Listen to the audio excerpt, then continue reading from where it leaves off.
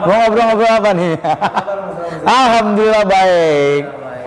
Ya sampai sekarang alhamdulillah karir masih tetap jalan di syuting TV masih setiap hari. Sekarang ada 2 program pagi sama malam. Setelah melalui proses yang cukup panjang di dunia entertain, kondisi sekarang gue jujur aja udah tinggal mempertahankan aja, udah nggak mau ngoyok lagi gitu. Udah tinggal mempertahankan apa yang udah gue raih.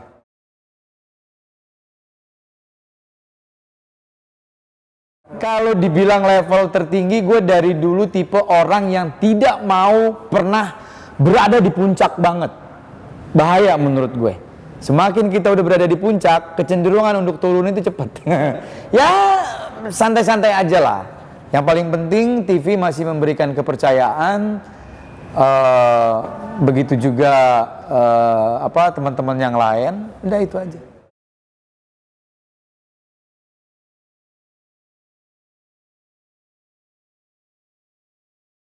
Oke, gini,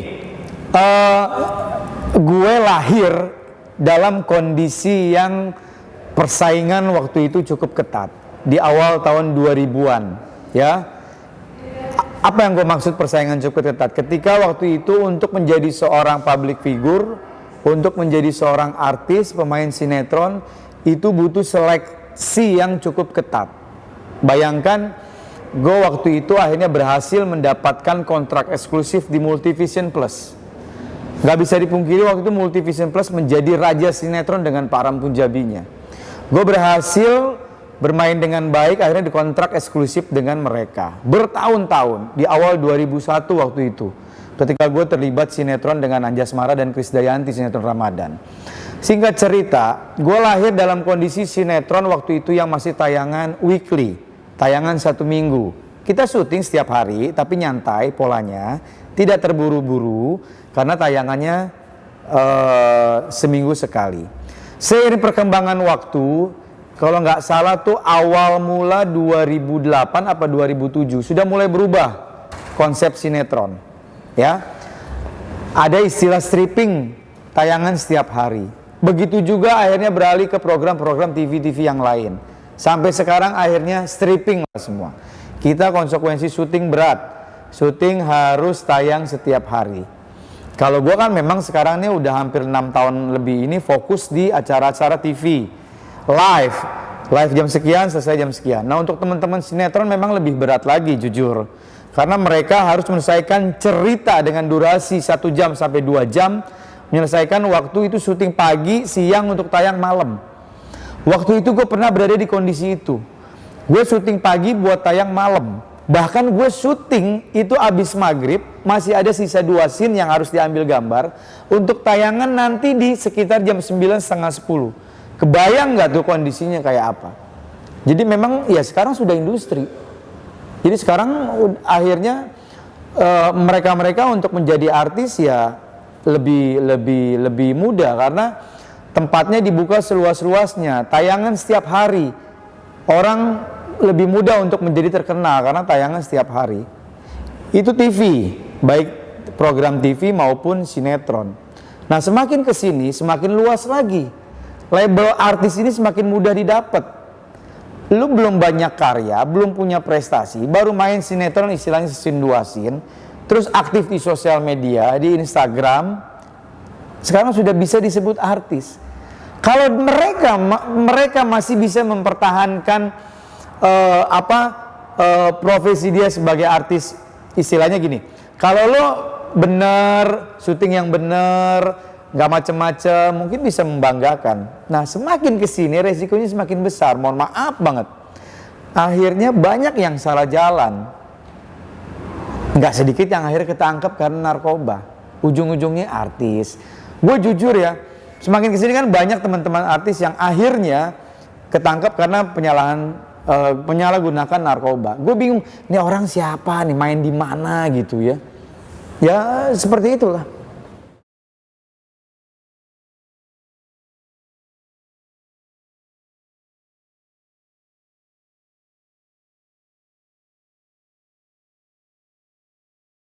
Nah jujur nggak sedikit nih teman-teman yang memang mereka akhirnya terciduk atau tertangkap oleh aparat kepolisian karena penyalahgunaan narkoba. Tidak sedikit mereka mengatakan ini buat stamina syuting. Nah sebenarnya menurut gue itu yang salah. Gue sangat tidak setuju. Jangan menjadikan narkoba atau barang haram ini sebagai komoditas vitamin dalam tanda kutip untuk membuat stamina terus nggak mudah lelah apa segala macam untuk rutinitas pekerjaan dia syuting. Itu yang menurut gue salah besar. Narkoba ya tetap narkoba. Kalau memang kita pengen hidup sehat, kita syuting lancar, kita berlomba-lomba membuat prestasi, ya harusnya tidak menggunakan narkoba itu, apalagi menjadikan alasan narkoba itu menjadi seperti kayak doping untuk bisa syuting. Karena mereka masuk ke industri. Itu yang tadi gue jelasin. Pola syutingnya itu memang sangat berat ya. Syuting harus setiap hari gitu, apalagi mereka-mereka yang terlibat di sinetron gitu.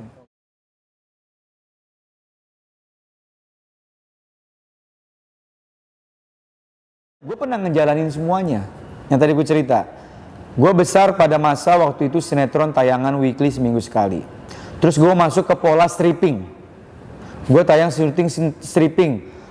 Jam 9 harus di lokasi syuting lagi, break jam 2, jam 3, besoknya begitu lagi karena memang kita kejar tayang. Gue ngejalanin itu semua fine-fine aja. Nggak ada masalah. Nggak harus menggunakan narkoba.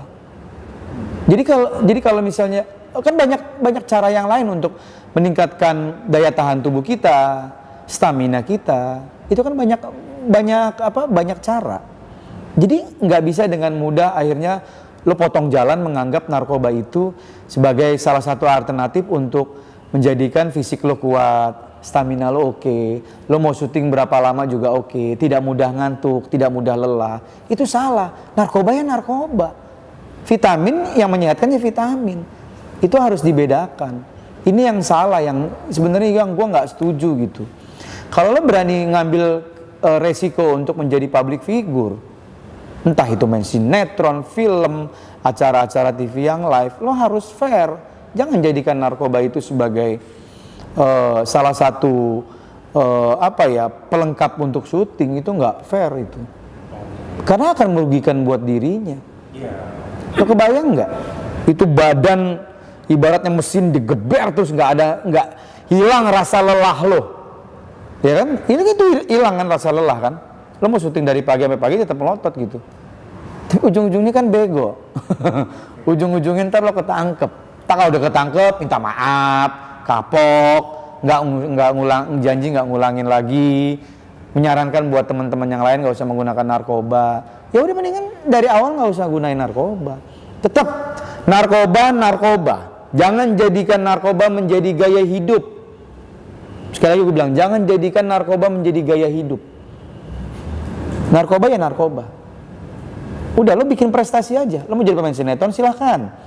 Lo mau menjadi pemain film, silahkan, gak ada yang ngelarang. Lo mau jadi pembawa acara, reality show, talent show, dan lain-lain di TV, tayang setiap hari, silahkan, gak ada yang ngelarang. Justru pemerintah nih bangga akan potensi-potensi anak-anak muda seperti ini. Dia aktif. Karena apa? Dengan dia mendapatkan honor, berarti dia menjadi orang taat pajak. Dia akan bayar pajak. Jangan salah loh, artis itu pajaknya cukup gede. Penerimaan kas negara kan alhamdulillah akan cukup signifikan. Paling enggak kita sebagai pribadi ada kontribusi untuk negara. Tapi lo jangan ganggu dengan menggunakan narkoba, nggak fair.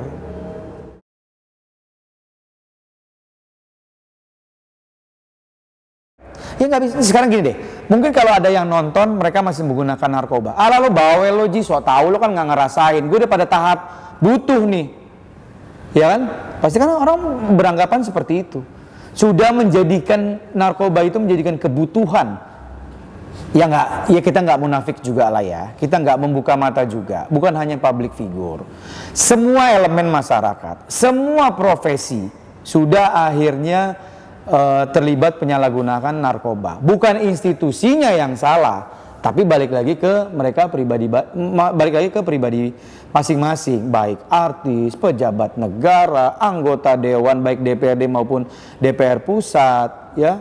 Nggak menutup kemungkinan juga nggak sedikit pihak kepolisian, bisa jadi juga anggota BNN. Nggak, ini memang udah membahayakan sekali. Karena gue public figure, gue berhak berbicara seperti ini. Apalagi, alhamdulillah gue udah makan asam garam di dunia entertain, udah hampir 20 tahun lebih. Jadi nggak fair kalau menjadikan narkoba itu sebagai salah satu pelengkap untuk kalangan artis yang masih aktif. Gue lanjutin, mungkin tadi ada banyak yang bilang, lo so tau aja lo nggak ngerasain. Lah, pada saat lo mau menggunakan untuk pertama kalinya, lo kan punya akal sehat. Kita kan Allah ini menciptakan kita sama hewan, itu kan sama-sama ciptaan Allah. Hewan dikasih kaki, tangan, mulut untuk makan apa segala macam. Yang membedakan kita sama hewan itu otak. Allah juga menitipkan otak kepada hewan, kita juga diberikan otak. Yang membedakan kita sama hewan itu akal. Kita diberikan akalnya oleh Allah sebagai manusia. Hewan tidak diberikan akal untuk seperti itu. Walaupun instingnya hewan ada, tapi kan kita ini diberikan kesempurnaan oleh Allah nih, oleh Maha Pencipta diberikan akal. Maksudnya apa sih? Ketika lo ingin menggunakan untuk pertama kalinya, akal lo harus bermain. Apalagi gue sangat sedih ketika teman-teman yang akhirnya ketangkap narkoba, notabene dia kepala rumah tangga. Dia kepala rumah tangga, dia punya anak, image-nya keluarga baik-baik, keluarga harmonis. Enggak sedikit juga mereka yang ketangkap sebagai ibu, lo punya anak, lo punya suami. Ketika lo mau menggunakan pertama kali, kan lo tahu lo bukan orang bodoh. Narkoba itu kan memang, ya sekarang akhirnya mereka berbilang, lo kebanyakan ngomong aja, lo sok tahu. Gue udah butuh nih. Akhirnya narkoba kan memang penyakitnya begitu. Lo pakai sekali, 2 kali, 3 kali, udah jadi habit. Susah deh ntar akhirnya ngilanginnya. Nah makanya gue mau bilang nih, untuk pertama kalinya lo mau pakai, lo harus mikir. Kesian bini gue, kesian anak gue, aduh karir gue gimana? Gitu kan. Taruhlah nggak ketangkap, istilahnya selamat terus. Tapi paling kan orang sekitar tahu lo menggunakan narkoba. Bagaimana dong? Makanya tadi gue bilang, yang membedakan kita sama hewan, Allah menitipkan akal sama kita. Gunakan akal itu. Terkesan naif, terkesan sombong apa mulut gue, tapi gue faktanya punya berpikiran seperti itu. Ayo dong, kita harus fair. Ini udah membahayakan. Narkoba itu sudah pada tahap membahayakan. BNN bekerja keras. Sekali lagi BNN, pihak kepolisian bekerja keras supaya anak-anak bangsa nih nggak terjerumus sama narkoba. Polisi dan BNN mempunyai tugas porsi masing-masing. BNN mempunyai tugas yang cukup berat untuk gimana caranya bandar-bandarnya ketangkap. Gimana caranya, ini kan sumbernya kan dari bandar. Ini ada yang jualan, kalau nggak ada yang jualan lo mau beli di mana? Lo mau makan mie instan, nggak ada yang jualan lo mau beli di mana? Nggak ada nasi lagi, nggak ada mie instan. Nah ini kan BNN mempunyai tugas berat, gimana caranya bandar-bandar tertangkap. Gimana cara bandar-bandar jangan sampai memasarkan produk-produk narkobanya.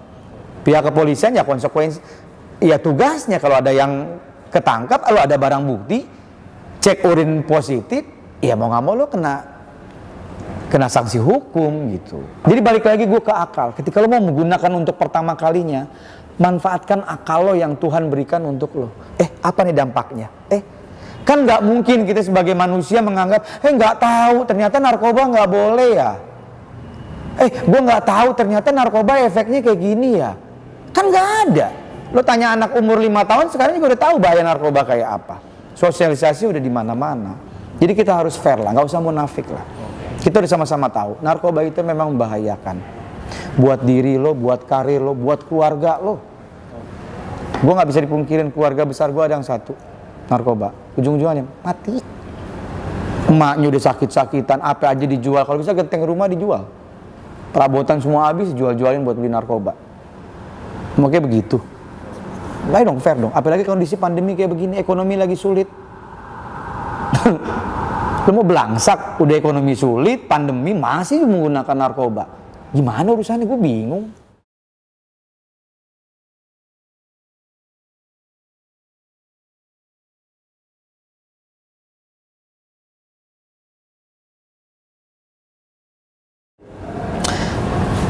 Gue berbicara lagi di kalangan public figure. Nggak sedikit teman-teman yang memang sudah tertangkap. Baik dia baru mencoba-coba, baik juga memang dia sudah menjadi habit, sudah menjadi kebutuhan, apapun lah alasannya. Tapi gue sekali lagi gue bilang di sini, gue sama sekali tidak pernah setuju. Dan jangan sampai ada teman-teman, nauzubillah min dzalik ya, ke depannya kalau yang ketangkep lagi bilang ya buat kebutuhan syuting, buat stamina, itu gue sangat tidak setuju. Itu membodohi banget gitu ya. Nah, akhirnya ketika dia menggunakan itu ya, akhirnya banyak konsekuensi yang dihadepin gitu. Setahu gue gini, jangan nunggu ditangkap dulu deh, gitu ya. Kalau nggak salah, itu gue pernah diskusi beberapa waktu yang lalu, sudah cukup lama. Kayaknya ada kebijakan BNN yang memberikan kesempatan kepada mereka-mereka yang menyalahgunakan narkoba, pengguna narkoba, bukan hanya public figure aja ya, tapi kan memang konsekuensi public figure menjadi sorotan ya, untuk datang ke BNN secara baik-baik ya. Contoh, misalnya gue narkoba, gue udah pada tahap akut lah istilahnya ya, apapun profesi gue ya, gue datang baik-baik ke BNN ya, ketemu misalnya sama si Fulan, Pak tolong saya pengguna narkoba, saya datang ke BNN, ini lembaga yang tepat untuk saya ajak diskusi, tolong bantu saya ingin sembuh. Ketika orang datang seperti itu, apakah akan kena proses hukum? Enggak, justru dirangkul sama BNN, dirangkul.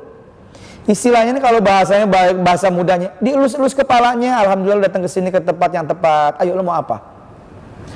Semua identitasnya dirahasiakan. Dan wacana ini sebenarnya sudah ada untuk kalangan public figure. Balik lagi, ayo dong. Kalau memang lo mau sembuh, lo pengen, memang dahsyat ya, tekanan untuk menggunakan narkoba kan, baik dari lingkungan. Wah, bandar tuh masif mengerahkan semua kekuatannya untuk lo tetap menggunakan narkoba, karena ujung-ujungnya kan dia dapat duit kan. Nah, lo harus lawan. Jadi gini deh, kalau tadi gue di poin pertama mengatakan ketika lo baru menggunakan pertama, ayo gunakan akal. Lo bukan orang bodoh yang lo tidak tahu narkoba itu bahaya. Tapi ketika akhirnya lo sudah menggunakan narkoba dan akhirnya sebenarnya berkecamuk dalam diri lo, gue pengen nih, tapi gue sulit nih. Gue kepengen ninggalin, tapi gue udah sulit gitu ya. Gue udah menjadi habit, udah menjadi kebiasaan nih, udah ketergantungan. Datang baik-baik ke BNN. Ini gue bicara kalangan public figure ya, karena memang profesi gue. Datang, identitas dirahasiakan, lo masih bisa beraktivitas. Nanti kan direhab, diobatin, ini kan sakit nih, dia lagi sakit nih, diobatin, gimana caranya. Kalau lo punya uang, keluarganya alhamdulillah mapan, terus lo punya sikap, gue memang benar-benar sembuh, datang BNN, istilahnya nih, gue bayar deh, yang penting gue sembuh. Apalagi ini gratis, pakai lagi akal sehat. Semua udah dong, Allah tuh ngasih akal kita untuk digunakan. Siapa yang nggak tahu narkoba itu membahayakan? Udah nggak ada. Anak umur 5 tahun sekarang udah tahu narkoba itu bahaya. Jerak gitu, gimana caranya ada efek jerak, takut gitu. Wah, takut gitu. Padahal kan itu sebenarnya harusnya tanpa ada efek jerak, kita harusnya udah sadar diri, udah paham ini memang bahaya gitu. Jadi semua BNN sudah mensosialisasikan masif dari pusat maupun ke daerah. Ya balik lagi sekarang tergantung diri kita. Poinnya yang tadi ya, Allah memberikan akal buat kita. Ketika lo baru menggunakan pertama, ini nggak bener nih, entar gue jadi belangsak hidup gue, mak bapak gue, aduh. Yang miris lagi udah mak bapak lo susah, nyari duit susah, tuh lo anak narkoba, bingung gua. Sebenarnya bukan karena faktor diri dia, memang lingkungan. Lingkungan itu cukup mempengaruhi. Lingkungan itu racun juga tuh. Tapi tetap harus dari diri kita. Kalau diri kita menganggap lingkungan itu nggak benar, kita cabut. Kita cari lingkungan yang baik. Itu aja. Oke, teman-teman. Makasih saya udah dikasih kesempatan untuk ngobrol-ngobrol, bagi pengalaman. Kenapa sih gue bisa berbicara seperti ini? Alhamdulillah, gue tidak ada track record mengenai narkoba. Jadi gue bebas menyampaikan apa aja. Buat teman-teman yang lain, yuk bismillah. Kalau yang masih menggunakan narkoba, ayo. Semua tergantung diri kalian. Kesian orang tua, kesian suami, kesian istri, kesian anak, kesian semuanya.